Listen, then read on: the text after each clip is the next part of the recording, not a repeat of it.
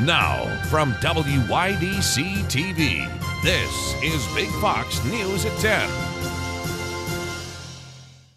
Good evening, I'm Marissa Sarback with Big Fox News. We hope you're having a very Merry Christmas. Well, Christmas did start badly for some New York City residents when a fire broke out in their high-rise apartment building this morning. One person was killed and 2 firefighters injured. Fire officials saying they don't know how the fire got started yet. Andrew Siff is in New York City with more on the story. Here in Midtown Manhattan, a tragic start to the Christmas holiday. A man in his 70s died when fire engulfed his apartment. Take a look way up on the top, the second to the top floor here. It was the 35th floor.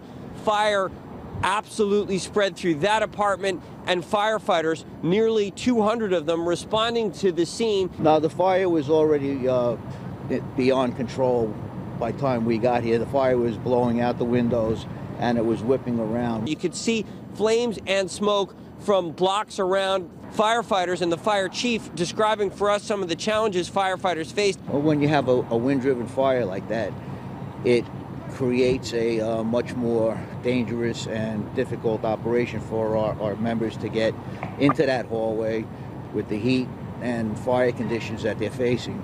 2 firefighters treated for injuries, 1 treated on the scene and released, another taken to St. Luke's Hospital where his injuries are not life-threatening.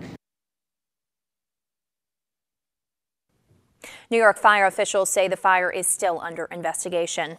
Well, Santa's helpers came out in full force early this morning. Around 6 a.m., a line of hundreds of volunteers waited outside the Arctic League headquarters to get their bags full of toys and other treats to hand out to more than 1,000 children in the city.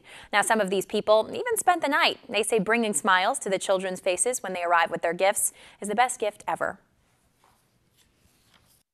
It just feels good, and everybody's real appreciative of it, and it's a nice thing to do for the community. And how long have you been doing this? It's my 3rd year. Just giving back to the community, just being a blessing, amen. Infusion Family Church, we try to be in the heart of the city, try to make an impact on the city. We're just giving back to the community this morning.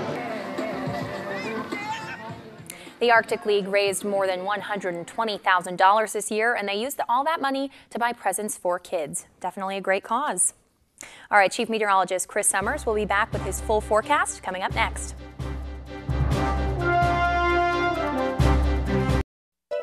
Now, your Twin Tiers forecast from Big Fox.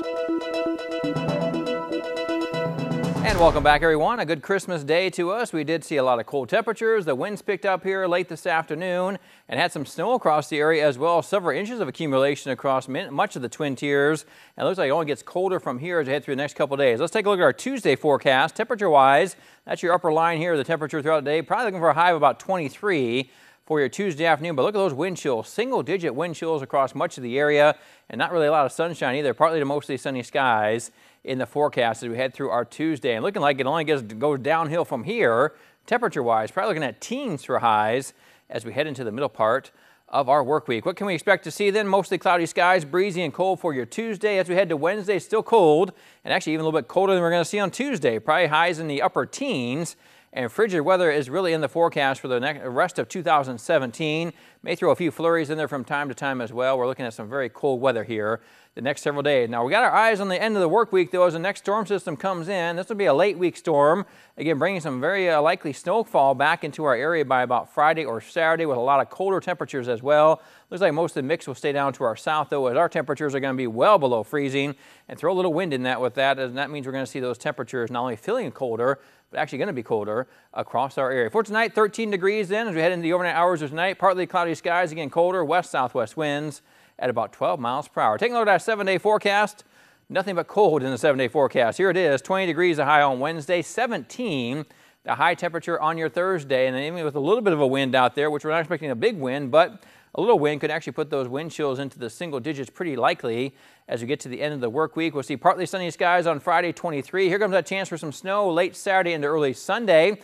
Could be seeing several inches once again. Something to keep an eye on for the New Year's holiday anyway. And we'll see temperatures as we get to New Year's Eve on Sunday, 17, And by New Year's Day itself on Monday, temperature about 17 as well with partly sunny skies. Overnight lows, basically single digits here the next several days. We have some frigid air in the forecast, not only for our next couple of days, but really through the rest of 2017.